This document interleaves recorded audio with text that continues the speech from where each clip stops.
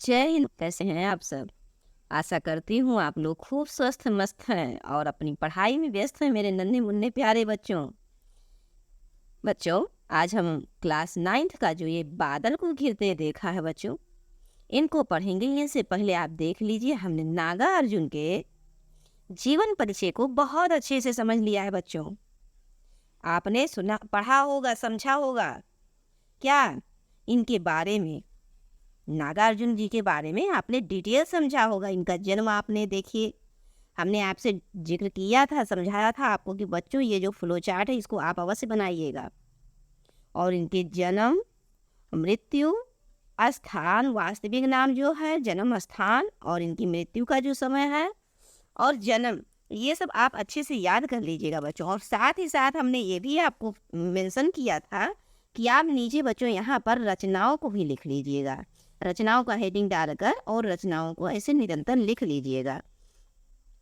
इनकी जो रचनाएं हैं बच्चों, मोस्ट इम्पॉर्टेंट में युगधारा है, सतरंगे पंखों वाली है, प्यासी पथराई आंखें हैं, भस्मांकुर, ये सब आदि इनकी रचनाएं हैं बच्चों। ये आपको याद रखना होगा।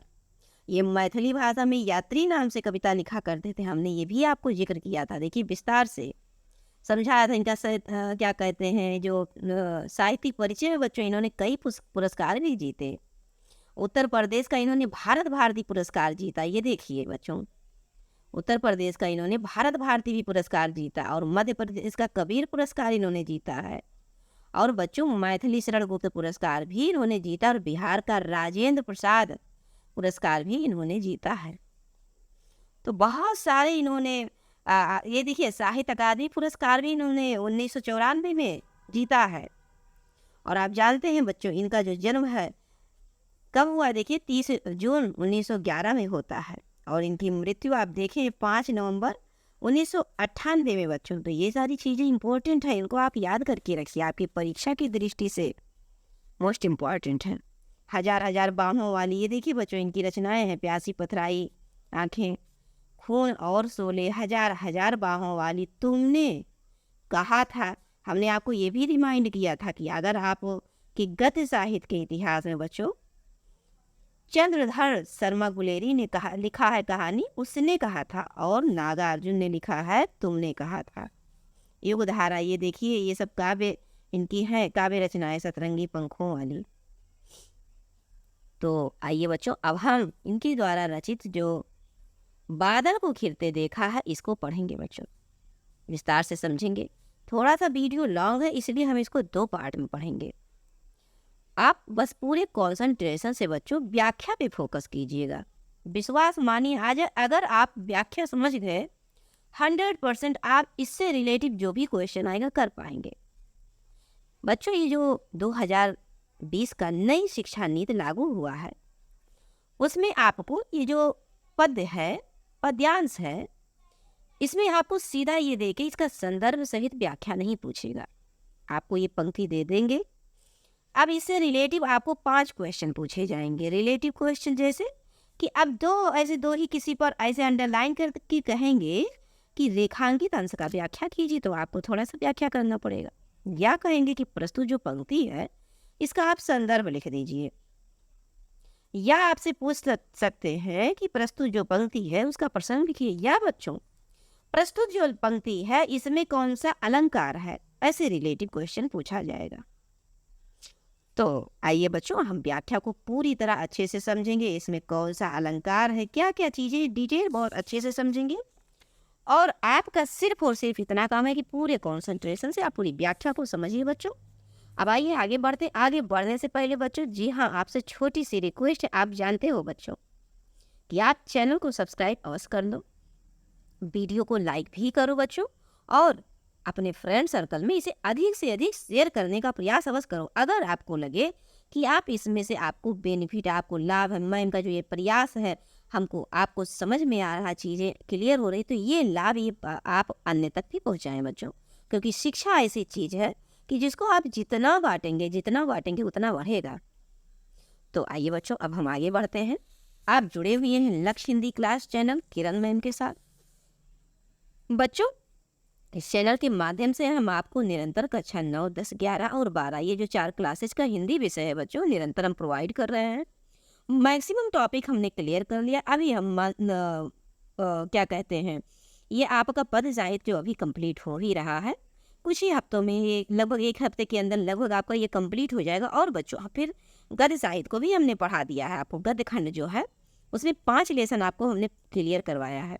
आप प्ले लिस्ट डाउनलोड करके देख लीजिए बच्चों। डिस्क्रिप्शन बॉक्स में A to Z सारे क्लासेस के 9, 10, 11 और 12 सारी क्लासेस के अलग अलग प्ले लिस्ट है बच्चों। वहाँ पर जाइए और अलग अलग सारे वीडियोज को, जो भी हम बच्चे हैं कक्षा 9 से लेकर 12 तक, अपना अपना वीडियो देखें और हिंदी विषय को मजबूत बनाइए। और सबसे बड़ी बात बच्चों कि ये हिंदी को लेकर अपनी जागरूकता बढ़ाइए, अंदर इंटरेस्ट लाइए, क्योंकि ये हमारा जो हिंदी है ना बच्चों, ये हमारी मातृभाषा है। और किसी भी देश की उन्नति उसके भाषा से होती है। अगर हमारे देश की उन्नति चाहिए तो हमें अपनी भाषा को स्ट्रॉन्ग करना पड़ेगा, अर्थात हमें हिंदी विषय को स्ट्रॉन्ग करना पड़ेगा। तो आइए हमारे नन्हे मुन्ने बच्चों, अब प्रारंभ करते हैं और आप ध्यान से सुनिए। कोशिश करेंगे हम इसको सुरताल में कहने की, क्योंकि आप लोगों को बहुत पसंद आता है। तो चलिए थोड़ा सा इसको और बड़ा कर लेते हैं ताकि समझने की दृष्टि से थोड़ा सा। और पहले बच्चों इसको पढ़ने के बाद हम इसके अर्थ को बताएंगे और उसके बाद इसकी व्याख्या को हम लोग समझेंगे।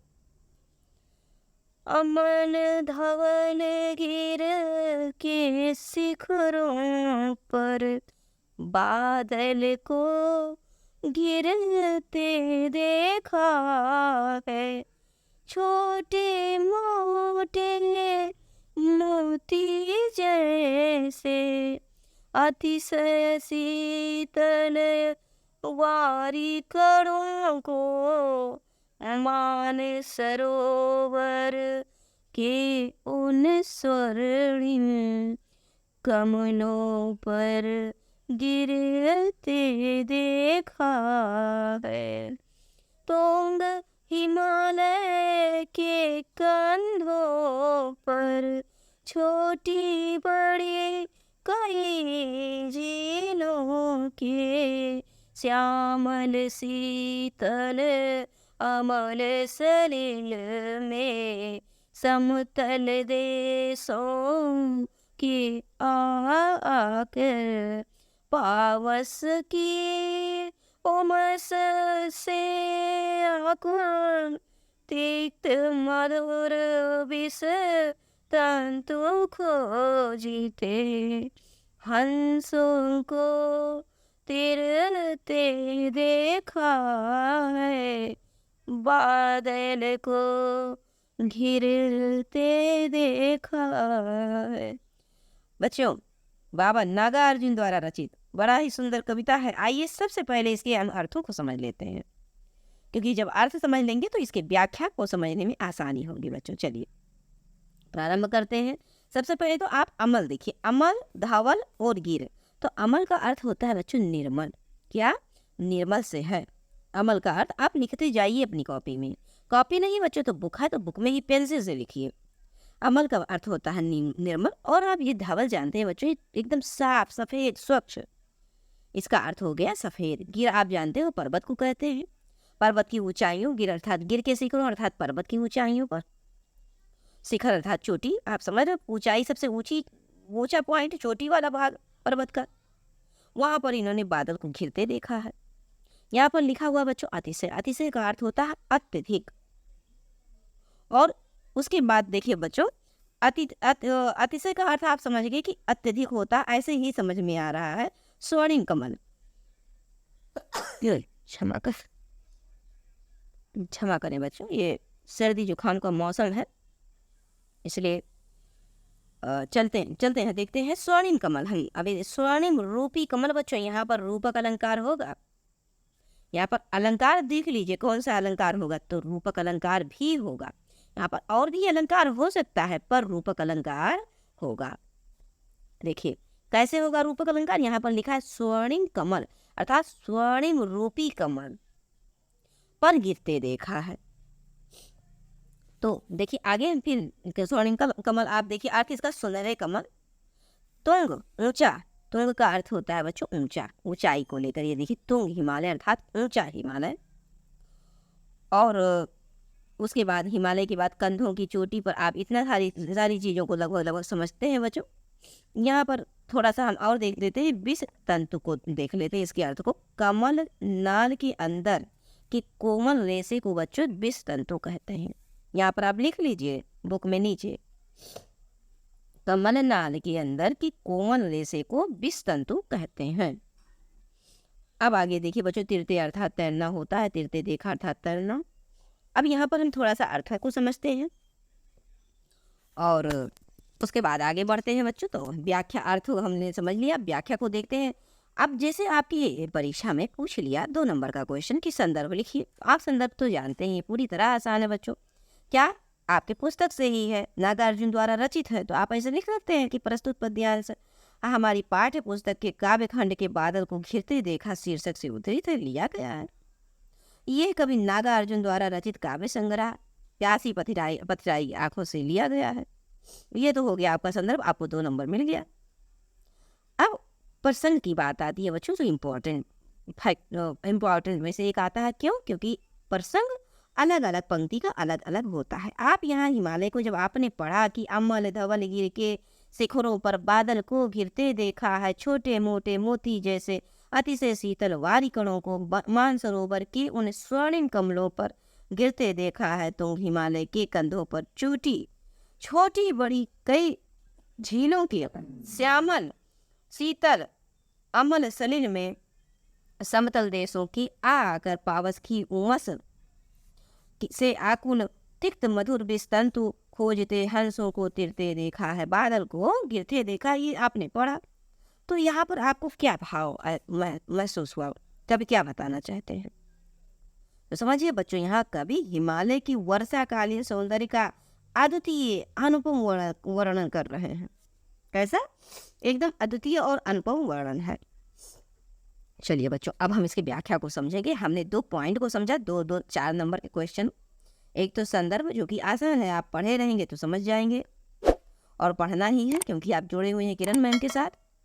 और बच्चों प्रसंग हमने आपको समझा दिया कि आप यहाँ पर देख रहे हैं कि हिमालय पर जो वर्षा ऋतु का, वर्षा के समय का जो सौंदर्य है, अद्वितीय सौंदर्य का वर्णन किया गया है। अब व्याख्या में देखिए बच्चों, कवि क्या कहते हैं कि अमल धवल गिर के शिखरों पर बादल को घिरते देखा है, छोटे मोटे मोती जैसे अतिशय शीतल वारी कणों को मानसरोवर के उन स्वर्णिम कमलों पर गिरते देखा है, और तुंग हिमालय के कंधों पर छोटी बड़ी कई झीलों के। हम बार बार इसलिए पढ़ रहे हैं बच्चों क्योंकि पढ़ने से बहुत सारी चीज़ें क्लियर होती जाती हैं। हर बार हम जितनी बार किसी चीज़ को पढ़ते हैं, हर उस बार परिवार से अधिक चीज़ें हमारे दिमाग में बढ़ती हैं। तो आपने यहाँ पर समझा होगा कि कवि नागार्जुन हिमालय की सौंदर्य का वर्णन करते हुए कह रहे हैं, क्या कह रहे हैं कि मैंने निर्मल, अभी आपको बताया हमने, निर्मल अर्थात स्वच्छ, अमल निर्मल, अमल स्वच्छ निर्मल, और चांदी रूपी श्वेत अर्थात धवल सफेद। कैसा? चांदी रूपी सफेदी। बर्फ कैसा होता है? चांदी के समान एकदम चमकता है। तो वही कह रहे हैं कि चांदी रूपी श्वेत बर्फ से ढकी हिमालय की चोटियों पर घिरते हुए बादल के मनोरम दृश्य को हमने देखा है। अमल धवल गिर के शिखरों पर बादल को घिरते देखा है, अर्थात अमल निर्मल, धवल अर्थात चांदी के समान श्वेत, स्वच्छ एकदम क्लीन, एकदम सफेद धवल, और गिर अर्थात पर्वत के शिखरों पर बादलों के मनोरम दृश्य को हमने देखा है। फिर आगे क्या कहते हैं? मानसरोवर के उन स्वर्णिम कमलों पर गिरते देखा है। मैंने वहां, कभी कहते हैं कि मैंने वहां मानसरोवर, यहाँ पर देखिए बच्चों, मानसरोवर के उन स्वर्णिम कमलों पर भी गिरते देखा है। यहाँ पर कह रहे हैं कि मैंने वहां मानसरोवर झील में खिलने वाले स्वर्ण रूपी सुंदर कमल के फूलों पर मोती के समान झिलमिलाती शीतल वर्षा की बूंदों को भी गिरते हुए देखा है। समझ पा रहे हैं बच्चों? एक बार फिर से समझिए कि मानसरोवर के उन स्वर्णिम कमलों पर गिरते देखा, अर्थात जो मानसरोवर झील है, कहाँ? हिमालय पर। उस झील में जो खिले हुए हैं स्वर्ण रूपी सुंदर सुंदर कमल, उनकी फूलों पर मोती के समान झिलमिलाती शीतल शीतल ठंडी ठंडी वर्षा की बूंदों को गिरते हुए देखा है। अब आगे देखिए बच्चों क्या कहते हैं कि तुंग हिमालय के कंधों पर छोटी बड़ी कई झीलों के। अब देखिए बच्चों, कवि हिमालय की प्राकृतिक सौंदर्य के विषय में कह रहे हैं कि हिमालय के ऊंचे ऊंचे शिखर रूपी कंधों पर, कंधा कैसा, शिखर रूपी, ऊंची ऊंची शिखर रूपी कंधों पर। अब देखिए बच्चों, यहाँ पर रूपक अलंकार है, समझिएगा। शिखर रूपी कंधों पर छोटी बड़ी कई झीलें बहती हैं। तो हिमालय के कंधों पर, हिमालय के शिखर रूपी, अच्छा, ऊंचे ऊंचे शिखर रूपी कंधों पर छोटी बड़ी कई झीलों को बहते हुए हमने देखा है। इनका नीला सा, अब देखिए बच्चों, श्यामल अर्थात नीला, श्यामल शीतल अमल, अमल अभी आपने देखा स्वच्छ निर्मल, सलिल में समतल देशों के आकर, समतल अर्थात वहां के आसपास के जो देश हैं, बराबरी अगल बगल के जो देश हैं, चीजों को फिर से समझिए बच्चों। इनका नीला सा निर्मल व स्वच्छ जल बहुत ही शीतल है, सलिल जल, स्वच्छ अमल स्वच्छ जल बहुत ही शीतल है। मैदानी प्रदेश की वर्षाकालीन उमस से, क्या कह रहे हैं, समतल देशों के आकर, समतल अर्थात मैदानी। अब फिर से समझिए, मैदानी प्रदेशों की वर्षाकालीन उमस से व्याकुल होकर, आकुल अर्थात बच्चों व्याकुल होकर, व्याकुल होकर हंस अपनी, यहाँ पर देखिए, तिक्त मधुर विस्तंतु खोजते हंसों को तिरते देखा है। तो देखिए बच्चों, मैदानी प्रदेशों की वर्षाकालीन उमस से व्याकुल होकर हंस अपनी गर्मी दूर करने के लिए इन शीतल जल से परिपूर्ण झीलों में आ जाते हैं। वह कसैले और मीठे कमलनाल, अब देखिए विस्तंतु का अभी हम आपने आपको अर्थ बताएं कि कमलनाल के अंदर के जो कोमल रेशे होते हैं, तो वही कह रहे हैं कि वह कौन, हंस कसैले और मीठे कमलनाल के अंदर के कोमल रेशों को खोजते हुए उन झीलों में तैरते हुए अत्यंत मनमोहक और सुंदर प्रतीत होते हैं। कौन, हंस। तिक्त मधुर विस्तंतु खोजते और हंसों को तिरते देखा, तो यही विस्तंतु बच्चों, यही जो कोमल रेशे हैं किसके, कमलनाल के अंदर। अब आगे बढ़ते हैं, तो ये बहुत ही सुंदर मनमोहक, मन को मोह लेने वाला है, सुंदर प्रतीत होता है ये दृश्य। ये दृश्य मैंने अपनी आंखों से देखा है, बाबा नागार्जुन कहते हैं बच्चों। अब इसे रिलेटिव हम क्वेश्चन समझ लेते हैं।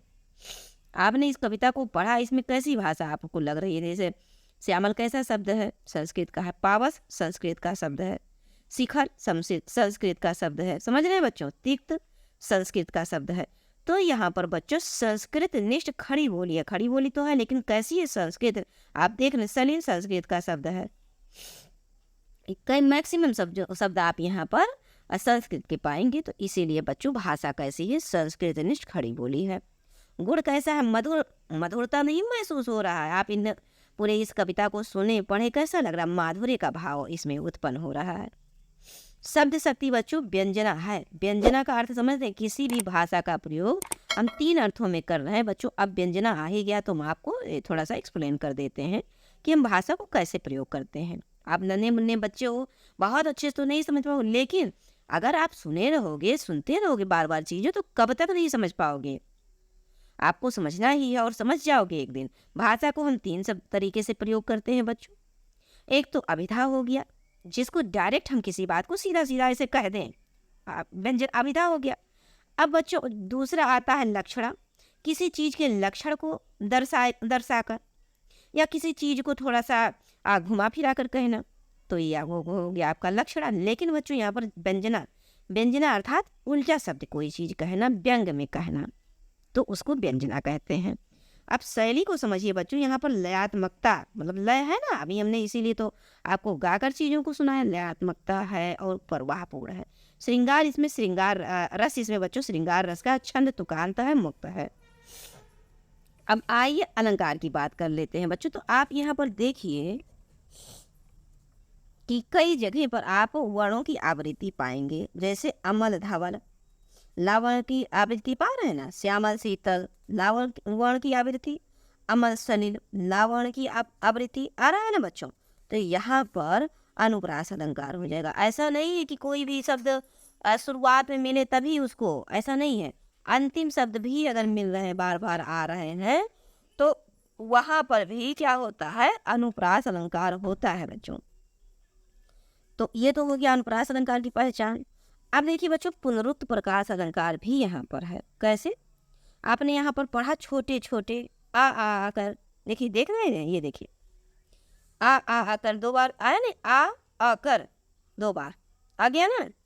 छोटे छोटे, तो छोटे छोटे 2 बार आया, इसलिए बच्चों कोई भी शब्द अगर 2 बार आता है तो वहां पर पुनरुक्त प्रकाश अलंकार भी होता है। अब यहाँ पर देखिए बच्चों, मोती जैसे, आपने अभी पढ़ा कि मोती जैसे, छोटे मोटे मोती जैसे, जैसे सम सदृश, ऐसा शब्द अगर प्रयोग हो जाए, जैसे सी सम सादृश समान, तो बच्चों वहाँ पर उपमा अलंकार हो जाएगा। जैसे सादृश वाचक शब्द लग गया यहाँ पर, मोती जैसे। अब रूपक अलंकार भी आप देख लीजिए, अभी हमने आपको बताया था। इसीलिए हम कहते हैं बच्चों, किसी भी कविता में कई प्रकार के अलंकार होंगे और अलंकार से संबंधित आपको चीज़ें हम पढ़ाएंगे, इसलिए आप चीज़ों को पहले से जाने कि अलंकार क्या होता है। अब यहाँ देखिए बच्चों, स्वर्णिम कमलों, अभी हमने आपको यहाँ पर बताया था कि स्वर्णिम कमलों को घिरते देखा, तो स्वर्णिम अर्थात स्वर्ण रूपी कमल, तो यहाँ पर रूपक अलंकार है। अब आइए बच्चों, चैप्टर पद्यांश नंबर 2 पे चलते हैं। मुझे पूरा विश्वास है चीज़ें आप और बहुत अच्छे से समझ पाए होंगे।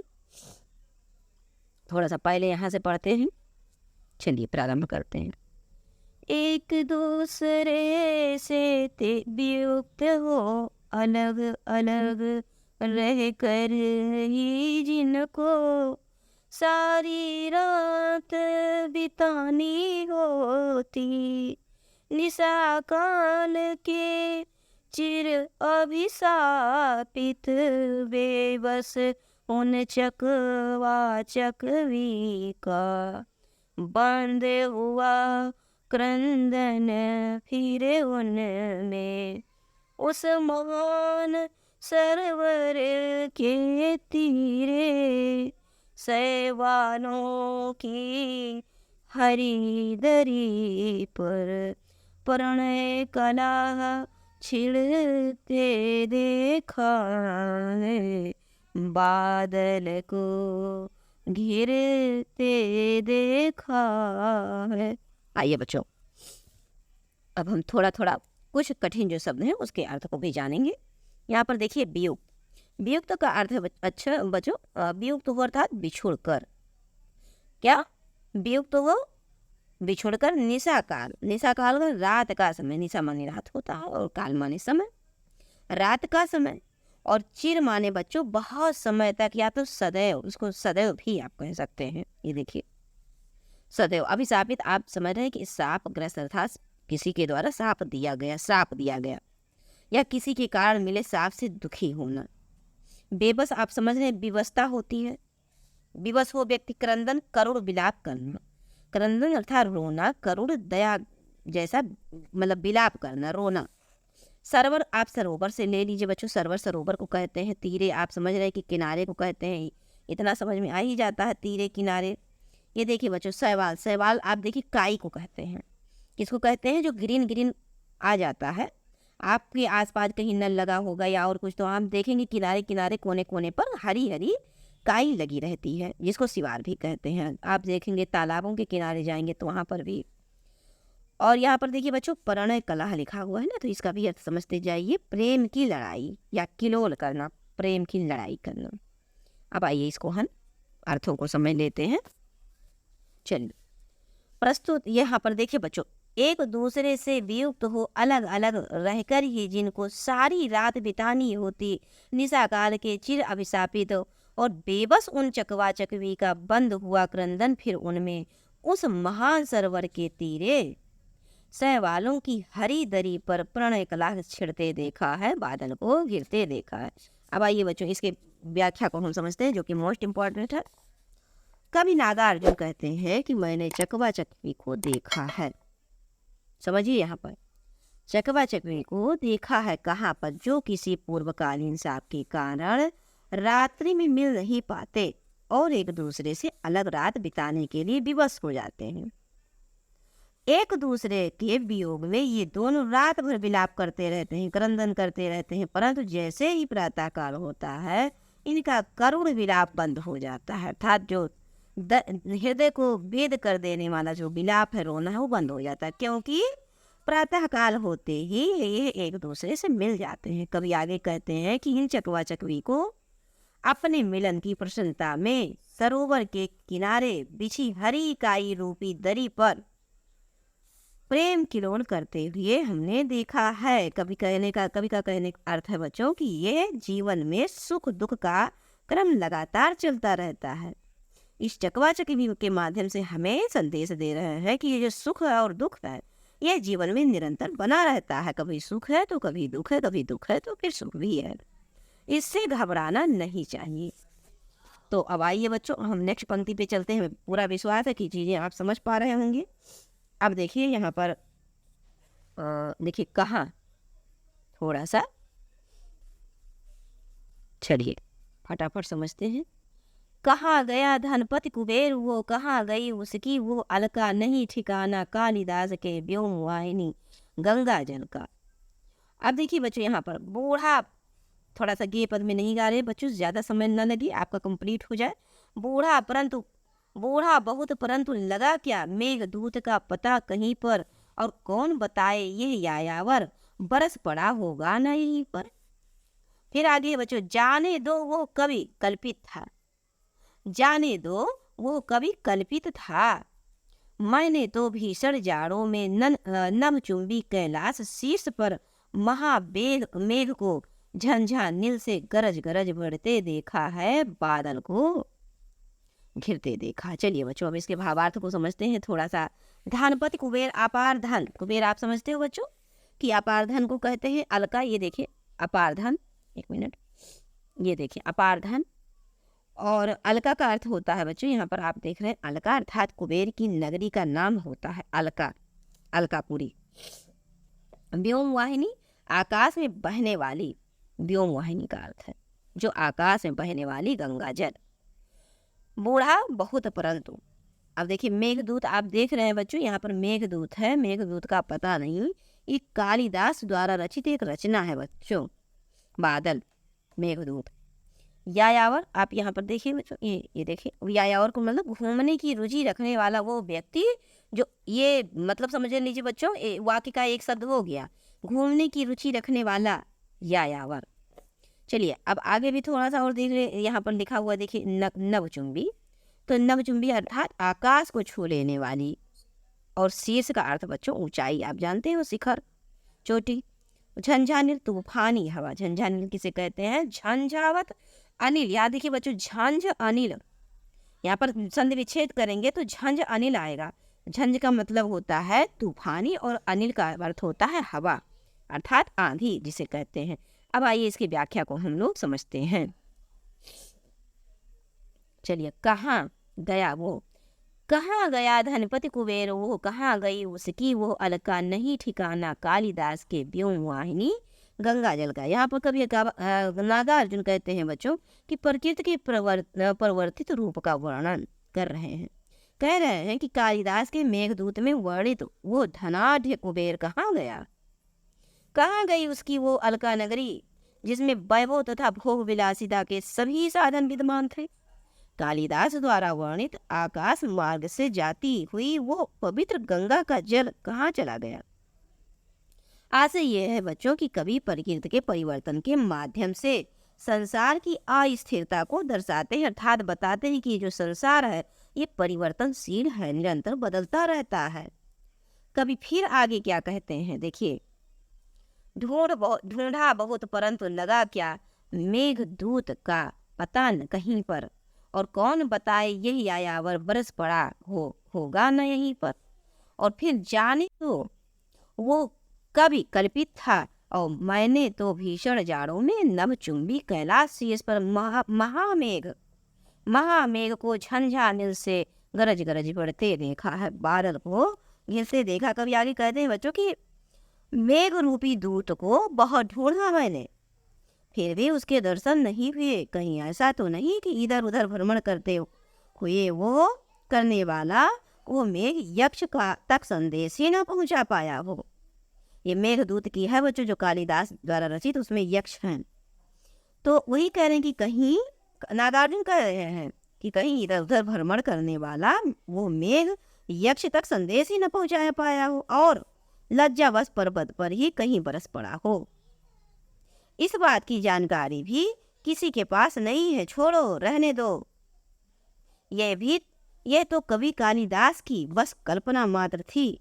मैंने तो इस गगनचुंबी कैलाश पर्वत के शिखर पर भयंकर सर्दी में भी विशाल आकार के बादलों को हवाओं के साथ गरज गरज कर बरस बरस कर भयंकर संघर्ष करते हुए देखा। अर्थात बादल भी अपने अस्तित्व को बचाने हेतु निरंतर संघर्ष करते रहते हैं। इससे संदेश दे रहे हैं बच्चों कभी हमें कि जो संसार है परिवर्तनशील है और जो जीवन है संघर्षशील है। यहाँ पर चीज़ें बदलती रहती हैं, परिवर्तित होती रहती हैं। कभी सुख है तो कभी दुख है, कभी दुख है तो कभी सुख है। अब आइए बच्चों, हम आपको लेके चलते हैं नेक्स्ट पार्ट में। वीडियो ज़्यादा लंबा ना हो और आपका तो देखिए बच्चों, इतना हम आपको नेक्स्ट पार्ट में पढ़ाएंगे। मुझे पूरा विश्वास है कि यहाँ तक आपने चीज़ों को बहुत अच्छे से समझ रखा है। अब मिलते हैं आपको नेक्स्ट क्लास में। और चलते चलते बच्चों, छोटी सी रिक्वेस्ट, जी हाँ बच्चों, आप जानते हैं वही छोटी सी रिक्वेस्ट कि चैनल को आप सब्सक्राइब कर लीजिए और वीडियो को लाइक भी करिए और अपने फ्रेंड सर्कल में शेयर अवश्य कीजिए बच्चों। जय हिंद।